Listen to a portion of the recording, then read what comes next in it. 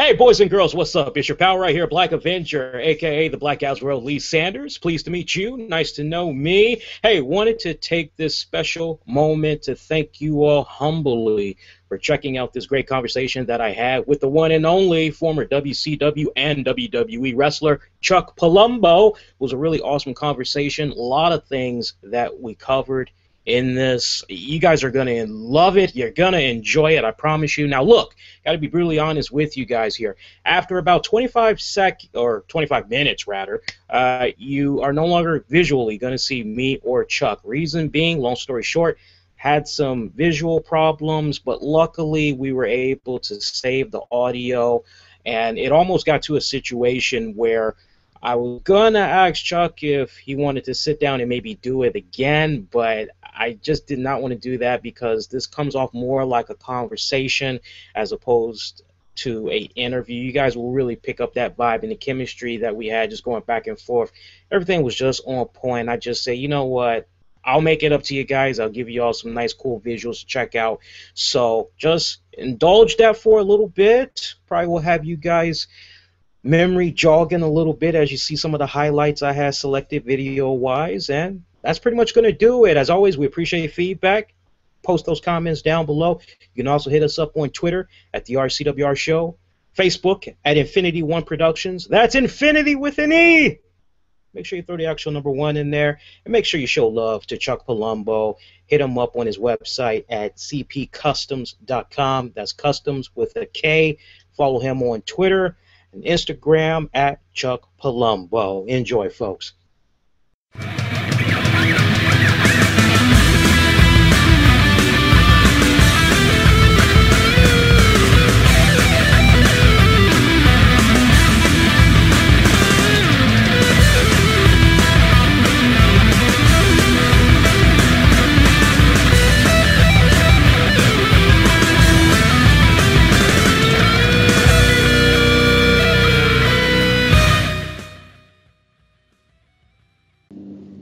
Lee Sanders here of the RCWR Show with a very special guest for our one-on-one series. You all may be familiar with his work from such shows as Lords of the Car Hordes, which is on the Discovery Channel.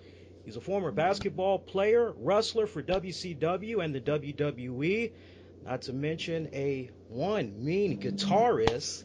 And he's also the owner of CP Customs, where he builds some of the best motorcycles and cars. You can find out more information on that at cpcustoms.com. That's customs with a K. Make sure you throw that in there now. I don't want you guys getting confused. cpcustoms.com. It's the one and only Chuck Palumbo. Chuck, how you doing, buddy? I'm good, Lee. How are you, man? Hey, I'm pretty good. Thank you so much for taking the time to do this. It really means a lot. Speaking of Lords of the Car Hordes, is there any update you can provide to the listeners, your fans, as far as the season 2 goes? Is it in the works? It's in the works. I can't confirm or deny it yet, but we are getting close. Okay. So I'm excited about it. We're getting close, and we should have some good news within the next week or two. Okay, awesome. I wasn't even aware of this until recently, to follow up on what I was saying earlier in the introduction, and that's you play one mean guitar, man, and if there's anything that I love to do on the side, that's review albums. I don't care if it's rock, rap, metal. If it sounds good, I'm plugging it over here. You handle yourself very well as a rhythm guitarist as well as lead. I'm curious, what had inspired you to pick up the guitar, want to learn how to play it? Well, thank you very much, man. I'm always learning. Really, I was about through with wrestling. I think I was in my last year of wrestling and had shoulder surgery. And on the way home from surgery, I decided to buy a guitar at Guitar Center. I don't know what came over me. You're going to think I'm crazy, but I was having dreams about playing the guitar, and it felt pretty damn good. So I said, you know something, I'm going to give it a shot. And I started taking lessons right away, and I fell in love with it, and now I can't put it down. So, awesome. Your band, Three Spoke Word, how did that all come about? Three Spoke Wheel, yeah. We just, I was speaking with my guitar teacher, and I said, I want to start a band, I always like that vibe of a band and, the feeling of playing out live and stuff like that. So I asked him, I said, hey, do you know a few guys who are playing right now or, want to grab a band or what it is? We found a drummer. we found a lead singer, we found another guitar player, and a bass player, and we were off and running. It happened that quick, you know. Right. Started playing local bars and gigs like that, and I had a blast with it. Now, I know over the years, you were talking about going into the recording studio with them to do an EP. Is there any new update on that? Because I tried looking for the music, I couldn't find it. Yes, we have not yet. We've been just hammering away, working on originals here at the house, and just hammering them out. And hopefully, it's just been tough between the bike shop, the TV show, the band. You know, I've just been slammed, so I haven't had really the time to dedicate to getting that done. But it's definitely something that will happen, probably, hopefully, in the next year or so. Oh, awesome. Yeah. Wrestling fans, I'm sure, who grew up not only watching you, but they had watched one of your tag team partners for a good minute there, and Sean O'Hare. They were definitely rocked by the news last week of him passing away at the age of 43. I know you had the pleasure of working and knowing him as you were a tag team in WCW and WWE. If you can, talk a little bit about the first time you had encountered him and how the two of you getting paired up came about in WCW. Yeah, sure. We had just, it must have been 99, and we had just moved the power plant. Jody Hamilton, the original assassin, he ran the original power plant, and that's where I had started. Well, a year later or so, Paul Orndorff came in, and he took the power plant over. So they moved it a few miles away, brand new facility, right by the WCW office, actually behind it. And I had probably been at that facility for a month or two, and then Sean came in, and super nice guy, you know, naturally big kid, athletic kid, and we just hit it off. You know, it was the Thriller bunch there. It was Sean, Mark Jindrak, Mike Sanders, Reno, then you had Kiwi, Alan Funk, Elix Skipper. That's the solid core group of guys that I kind of broke in with. So we were all tight. We were all trained together and teaching each other. Jerry Toot, one of my best friends, The Wall from WCW, who had passed away too. So yeah, we just started hanging out, training together every day, you know, with Sarge and Paul Orndorff. And before you know it, Jimmy Hart takes us and brings us in on the Saturday night television show, WCW Saturday Night. And we're doing some singles stuff. Sean was a few months behind us. Finally, he comes in, and over time, what happened next? I think Russo came in, and he put us in a tag team together. So, great guy, you know, passed away way too young. Super athletic, big guy. He could move, you know. I don't know if you remember, he used to do that senton. Yeah. I mean, this guy's 6'4", 250, 260 doing a senton. Yeah, he was green and stuff, but he never really got to show, I believe, what he could really do. You know, I thought over time that guy was going to be something. He had it, man. But it just never happened. And, you know, in the wrestling business, it's funny. You know, it may be based on an opinion of one or two people where your career goes. So things didn't work out for him, but I thought the potential was there, you know? Definitely, yeah. I mean, he's one of those guys, I've been saying it off and on over the years, I said, one of the guys that you always go, what could have happened? You know, because he had everything that you want. You know, especially I would imagine if you're like a promoter or whatever, and you're looking at a guy you can build a company off of, he had everything that you wanted in that. Did you all remain close over the years?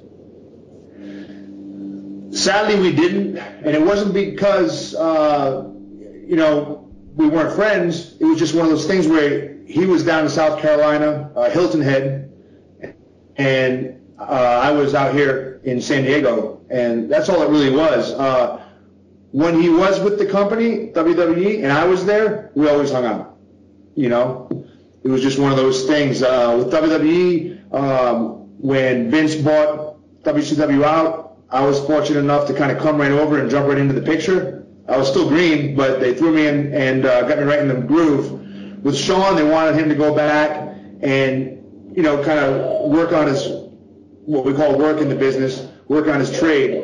So they sent him down to, I believe it was OVW at the time. maybe Les Thatcher and a couple other guys, and he was going to go down there, get tuned up, and then come up and work in the WWF. I know we did for that short period of time. As soon as we did come over, we did work right away, not to confuse anybody, against like Taker and Kane and some tag stuff. But then after that, they kind of disbanded us and sent Sean down to OVW. I was going to ask you later on. Personally, go ahead, Chuck. Go ahead. No, go ahead, please. Oh, yeah. What I was going to say was, personally, I thought if you had left us together at that point when we first came over from WCW, I thought we were an impressive tag team. I thought we complemented each other, and I think if you had let us work on the road, say with a Taker and Kane, or another top tag team, and they kind of take us under their wing and groom us, and we could have won maybe 6-7 months with those guys, I think boom, there you go, bring us back and give us a push. But you never know why things work out, the way they do. Yeah, I was gonna ask you, with all the momentum that you guys had, it just seemed like it was so abrupt that they split you guys up. Did they really give you a definitive answer why they were doing that? Because it seemed like you guys had a good thing going. Yeah, no, they never did. But that's always the $1 million question. Why? Right. Right. It's a tough business, man. It's a tough business. I was also going to ask you this later on, but I'll throw it out there now. I remember when you came back repackaged as Chuck for Billy and Chuck, and then Sean O'Hare was doing like the whole, it's what we dubbed it over the years. He's basically like the devil's advocate, telling you to, give into doing mischievous things and all that. Correct me if I'm wrong, but like from my memory, I don't recall, your new character from Billy and Chuck crossing paths with him. Was that by design, or it's just one of those, hey, that's good observation? Yeah, that is a good observation. I never really thought about that, but no, we never did. I think the Billy and Chuck thing was supposed to be a temporary thing to peak out during cable network ratings week. That ceremony, that Partners for Life ceremony, that was actually the night that they do the ratings for the year. In that week, you want to get the top spot. And I think the design for Vince was to have us peak out during that spot for ratings week. And we were the #1 rated show. I think it was SmackDown at the time. That night, we were the #1 rated show on ratings week, and that's what Vince wanted. I don't think there was ever a long-term plan for Billy and Chuck. I think it was a temporary deal at the time. I was in singles. They weren't really doing much with me. They had broke Sean and I up. Billy Gunn, at the time, he wasn't doing much either. I think Road Dogg had left the company. The DX tag team thing was over, and they put us together, and it went that route. In wrestling, you never know why things work the way they do, man. Sometimes things just grow organically. Other times it's a rib or a joke on some guys. You just never know. But, honestly, I truly don't believe that they knew how successful the Billy and Chuck characters would be, because they actually took off pretty good. Yeah. And I didn't think they really planned on that, Right. Going back to Billy and Chuck and all that, that ceremony. I mean, you guys were just white hot leading up to that. We're talking like 2002. And here we are in 2014, and like the main topic that's amongst a lot of same-sex couples, politicians, is same-sex marriage, equal rights, gay folks having the opportunities to adopt without any problems, without any discrimination. You just kind of go back on that moment of time that you and the WWE embarked on. Did you ever think in like your wildest dreams, because some could make the argument that what you all did with that pairing of you and Billy Gunn leading up to that ceremony, you could say that it really opened the eyes of America and kind of tackled that head on, because that wasn't really something that was talked about before you guys embarked on that. Correct. And yes, I think at the time that was cutting edge. Yeah. I mean, for that storyline or those characters to evolve, that was really cutting edge. And, I'm proud of it. Once in a while, I'll get some jokes thrown at me from guys I know. And, hey, remember when you guys did that thing when you were gay? Okay, whatever. I'm not gay, but listen, I have no problem with that. They're people just like everybody else, and they should be proud of who they are. And I felt like we helped, kind of pave the way for them in such a way. I don't want to be corny, but we kind of helped put it out there for them. And if you look now, 12 years later, like you said, it's a big topic. So honestly, I'm proud to say that I did that when I did it, and we had a hell of a lot of fun with it, and we made good money. Yeah. So and I was never one of those guys who kind of lived my gimmick where I wasn't worried about the ego thing where, what are people going to think about me, or is this going to kill my career? Honestly, I'm thinking, hey, we're doing something good. I'm getting paid good money to wrestle and be this character, and I'm having fun. So, I had a blast with it. It was one of my favorite times in my career. But, yeah, I think we really helped to contribute on what's going on now today with, same-sex marriage and different things like that. It was cutting edge.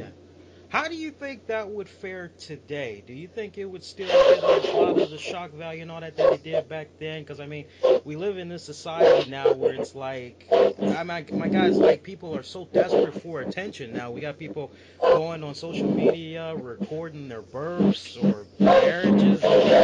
How do you think it would fare today? Yeah, that's a good question. I don't know if it would have that same knockout power. Maybe, but, you got to think about it. In the last 12 years, I'm sure you know this, we've had a couple wrestlers actually come out, right? Which is, I think, a good thing for them. They don't have to hide that anymore. So they've come out. You've had football players. I think maybe some NBA guys too, right? Yeah. So maybe the shock value would not be the same. But either way, I still think it would be entertaining. And the way we did it, I think we did it tastefully enough where we weren't dogging, the gay community. We were having fun with it, and it was actually, we were making fun of ourselves, I feel it was much like one of those Saturday Night skits. Saturday Night Live skits, And that's the one thing, I felt we never disrespected the gay or lesbian community. I think we just made light of it, And I don't know. Would it have the same impact? That's a good question. Yeah, it makes you wonder. It really makes you wonder. Yeah. Going back to Sean one last time, just for a brief moment, I was rocked to the core with the news of Robin Williams because he was a Chicago native like me, and I was following his career for many years. So I just was like, and then I find out the news about Sean. I so told people through inspiring words of encouragement. I said, look, man, you're gonna go through those periods where maybe you feel like you might be losing hope or there's nobody that'll listen to you or whatever. You got a close friend, a neighbor, a community outreach program, church. Just hang on to one word. That's hope. Because if you lose sight of that, then you're basically giving up on life. I just want to give you this opportunity to talk to your fans everywhere around the world that's going to be seeing this. And, if you have any words of encouragement you'd like to give to them, anything positive they can try to take away from this, what would it be? Well, honestly, speaking of Sean here, and what we're talking about here, after I looked on Twitter and saw all the condolences, all the feedback from Sean's death that he got, or even I got, if he had known that there were that many people out there who cared about him or were fans of his, I believe he'd still be here today. Because honestly, my gut tells me it was depression, and I don't think he realized that there were a lot of people out here who loved him when he was wrestling and were big fans of his. And all that was taken away from him, and I don't think he realized that. And I think if he knew he had the fans he had, because I don't think he was a big social media guy or anything like that, but I think if he knew that he had people out there who were big fans of his and cared about him, I think there's a real good chance that he would still be here today.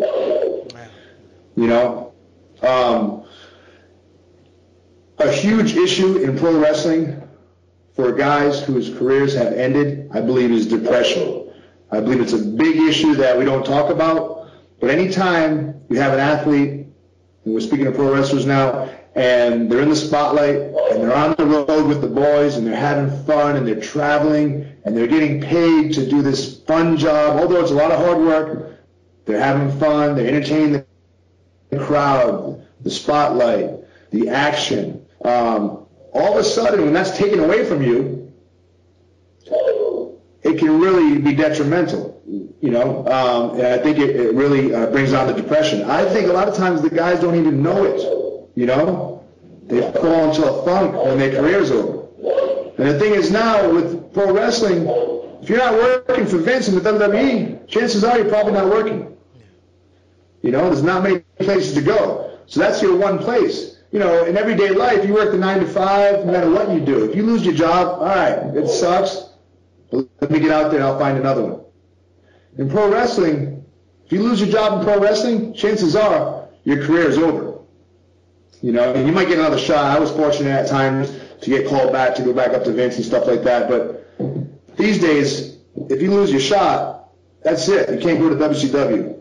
There's not many spots over in New Japan or All Japan. There's not much money in CMLL or AAA. You know, I think it does a number on these guys. You know, I really do, and I think that might have been the main cause of what put him where he is. You know.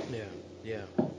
It's funny how I don't know if you've been checking out the WWE Network, but I think it's so funny now. Like after all these years later, it seems like now WWE is finally starting to embrace the WCW product, and they're saying, you know, WCW, it really wasn't that bad. Have you had the opportunity to go back and relive some of the memories now that they've got a lot of WCW content on there?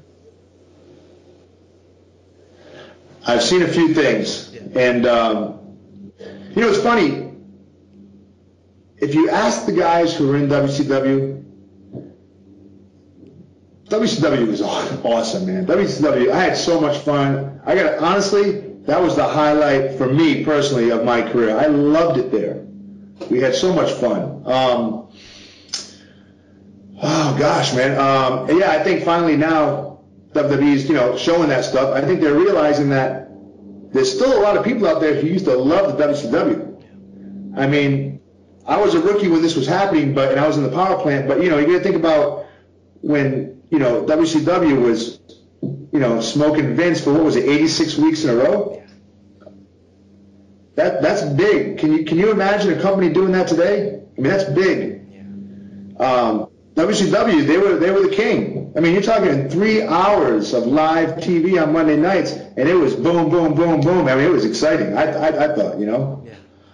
So, yeah, my fondest memories are WCW. They really are. Yeah. You know, I met Kurt Hennig, who was great with the young guys. Kevin Nash, Scott Steiner, who's one of my best friends today. Jeff Jarrett. There's a ton of guys in WCW that helped the young guys out. We had a blast. You know, we had a good time. And I hear people talk and say, I heard it was tough at WCW and the old guys didn't want to work with the young guys. We never had that problem, especially that group of us who came in at the end, that stable with the Natural Born Thrillers and stuff. We had a good time with those guys. Have you had a chance to check out the Monday Night War? I have not. No, I will. Yeah, I got to pick your brain on that when you get a chance to see it, because I like to know what you think of how they're handling it so far. I know there's a lot of people that's kind of upset because they haven't talked about Goldberg yet. It's like, give it time, because I think it's said to be like a 20-part miniseries or something like that. I'm not really sure. When Vince McMahon had bought out WCW, there were several WCW wrestlers that became part of that invasion storyline, yourself and Sean O'Haire included. Was it always WWE's intention to bring you all in as the WCW tag champions, or did they have different plans for you guys? That's a real good question. I think they were kind of playing it by the seat of their pants. I really didn't think they knew for sure what they wanted to do, you know? Honestly, up until the last Monday, which I believe was in Florida, can't remember the town. We used to call it the Redneck Riviera. There's a town in Florida where we had our last Monday night show on the beach there.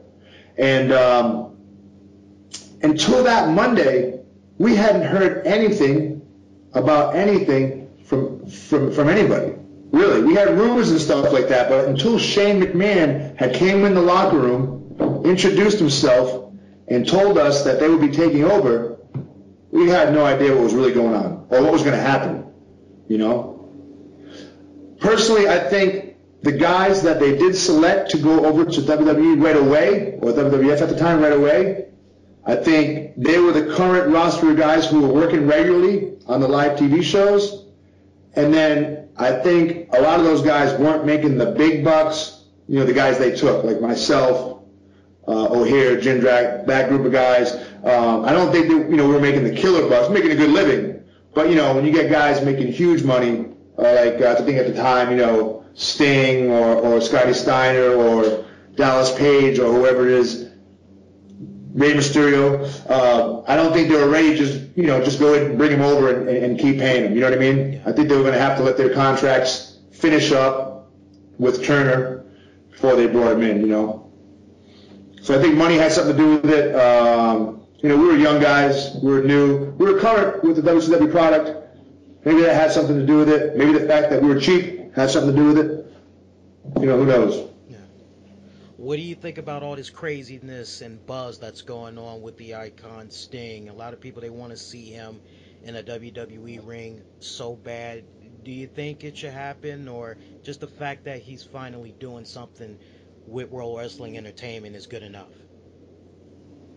I think it's interesting that he's finally doing something. Yeah. I think he will do something. I think Sting's a big fan of the business.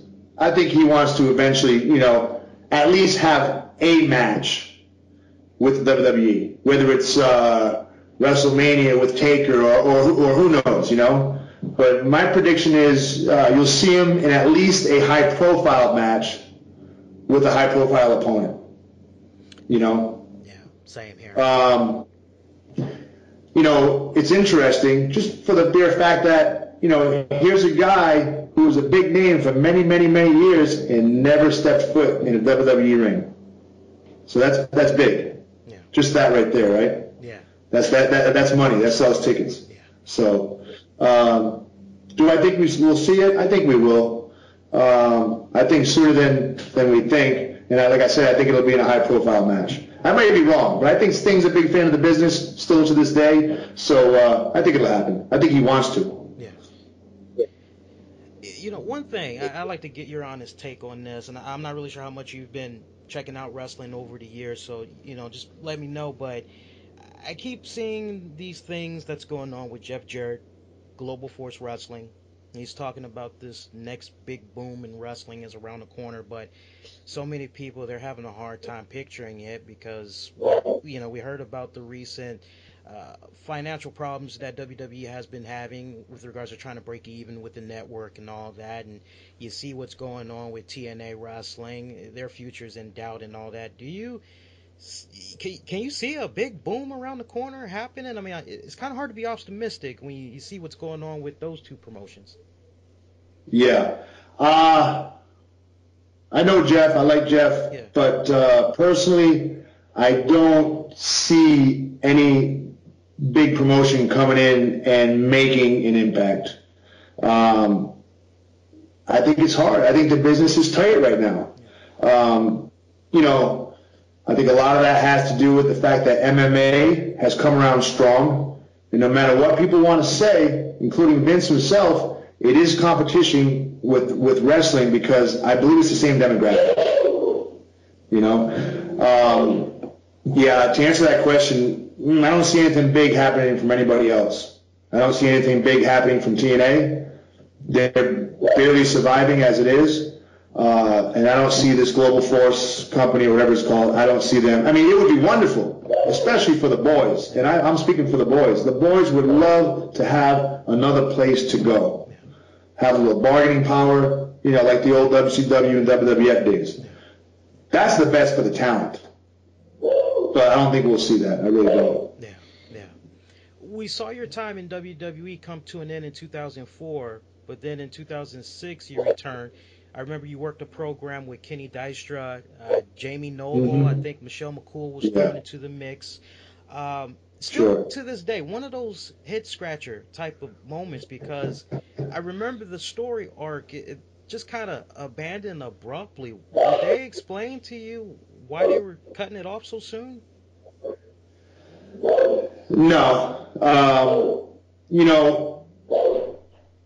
I don't think I was one of the guys. I didn't play ball.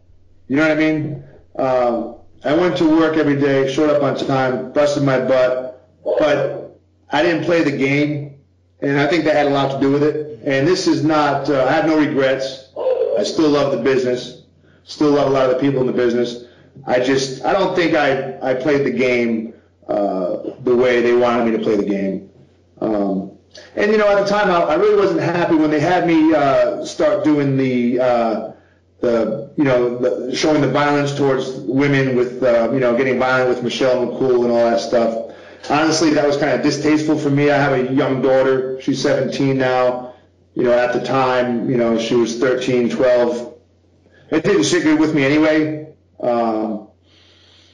Honestly, when I came back to the WWE and I signed a 2-year deal, in my gut, I said, Chuck, you know something? Let's make the best of this 2 years, save as much money as you can, and plan on the fact that they're probably not going to do much with you after that. That's okay. And I'm not being negative. I just felt like they didn't have the big plans for me, and that's okay. You need guys to play roles. But it's a business, and I figured, hey, look, let me come back, get the exposure, push my bike shop. I was getting international exposure for the bike shop, which really helped. And let me get my 2 years in, save those last couple bucks, and okay, if they decide to re-sign me, awesome. I'll take it. But if they don't, I'm okay. That's how it worked out. Yeah, good mentality to have. It's funny you were talking about, well, not funny, but it's interesting that you had talked about how you didn't feel comfortable with Michelle McCool and the type of angle you were being put in. I definitely got to get your take. What have you been making of this craziness that's been going on with the NFL, man? I mean, it's really putting a black eye on the sport, would you say? Yeah. Oh, absolutely. And, we've heard it from everybody, but we all know, number one, you cannot hit a woman. Yeah. You can't do that. That's bad. That's bad. Yeah. And, whether players want to believe it or not, and most of them understand this, just like wrestlers, you're a role model to the younger generation of children. And you don't want to put that out there. Yeah. It's just bad news. And it's too bad because it's a great sport with wonderful people doing wonderful things, wonderful fans. It's great stuff. So when things like that happen, they got to they got to exonate that quick and move on, Yeah. Don't let that happen anymore. Yeah. It's sad. Yeah, they need to wrap that up like ASAP. I mean, because they're losing. It looks like they're starting to lose sponsors there. I think 2 have already backed out. Anheuser-Busch is now saying they aren't really too pleased with how they're handling it. So wow. They definitely got to get on top of that. Hey, talk about your CP Custom shop, how that all came about and everything. I think that's a really cool story that really needs to be heightened more. Yeah, well, thank you. I had been into cars and motorcycles, building, fabricating, painting since I was probably 14 years old.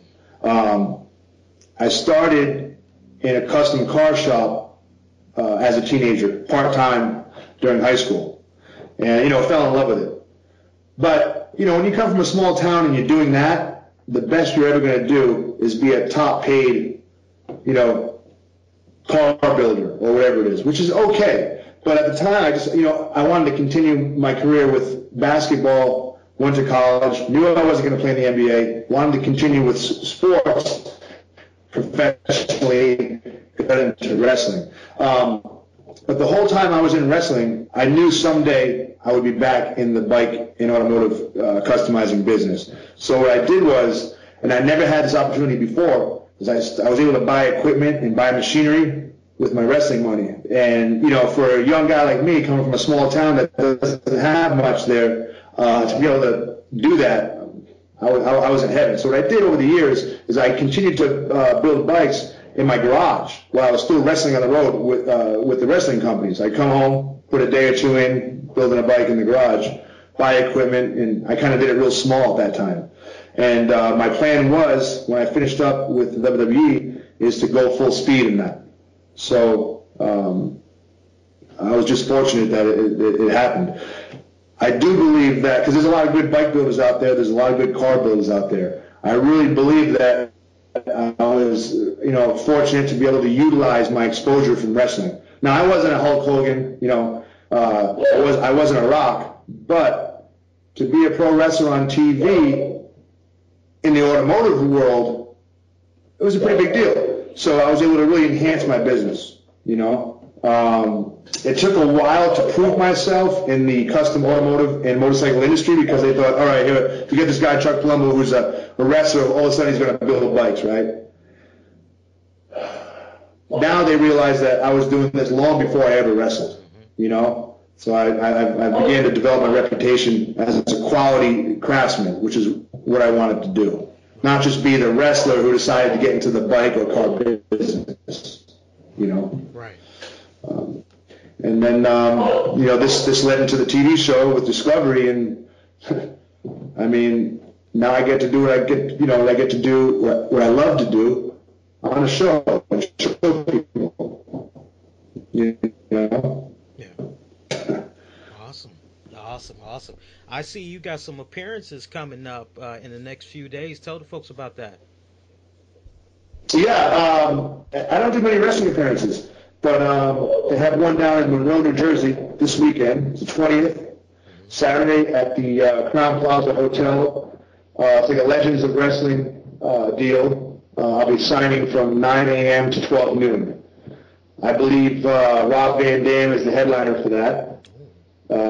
I'm not doing any wrestling, but I'll be signing, so that's pretty nice. They fly you in, have you sign for a few hours, talk with the fans, get yourself a decent paycheck, and they fly you home. So, Not bad. Yeah, that's pretty good.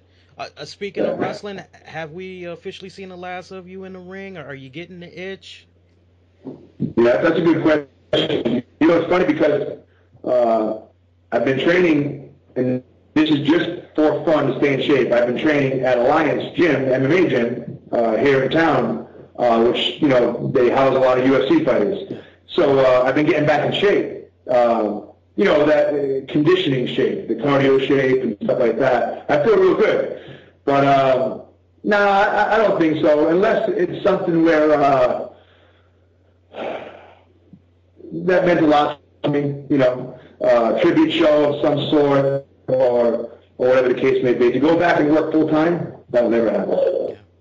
No way. I enjoy working with the TV show, and that's where my head is right now.